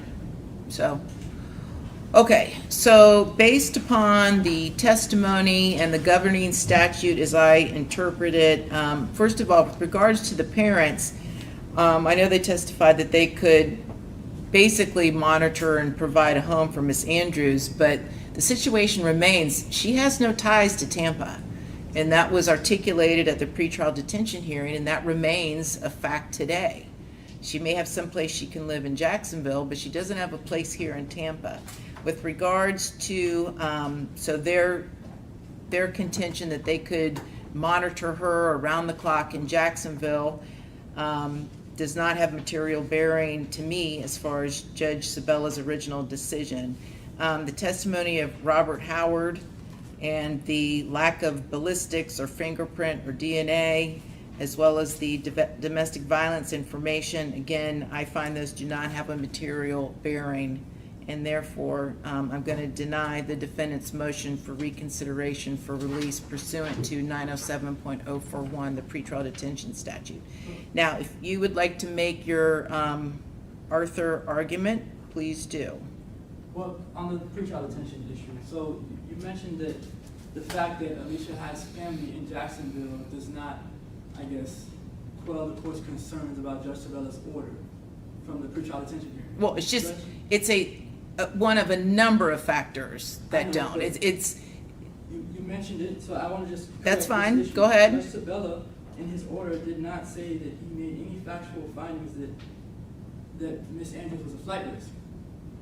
What his order says is that I find that the factual circumstances of these crimes indicate a disregard for the Tampa community. So if she's at home in Jacksonville, then his factual findings of her being in Jacksonville would be fine. And then he further says, I further find that there are no conditions of release available that are sufficient to protect the community from risk of physical harm, not to prevent her from, or to keep her from coming back to court. And there's a distinction there, a clear distinction, because he could have made a factual finding that he says, or that he believes that there's no condition that could have her come back to court. And he didn't make that finding. And so when I discuss, or when we bring up the evidence about the parents being in Jacksonville, that doesn't negate anything that, or it doesn't harm Alicia Andrews in relation to what Judge Sabella issued during the ruling he issued during his pretrial detention. Again, I find it does not have a material bearing on Judge Sabella's initial ruling. So do you want to make your argument for the record with regards to the Arthur factors? Well, I made the argument with the Arthur factors, Judge. Okay, so you rely upon the record for that. Okay, very good. Okay, so we are concluded, and Ms. Andrews will remain held in custody pursuant to the pretrial detention statute. And is there any reason we need to get together before jury selection you all can think of? I mean, I might file a motion for like a more specific exhibit list. Okay. Whatever you do, please just do it sooner as opposed to later. So if you need to get back before me, it's fine. I'm heading into a death penalty case starting September 24th, so my calendar is going to get very tight quickly. So if we... Judge, I've had that ready, so that's something that I may make some amendments to that, but I certainly can give him those things. Okay, very good. Okay, we're concluded. Thank you. Court adjourned.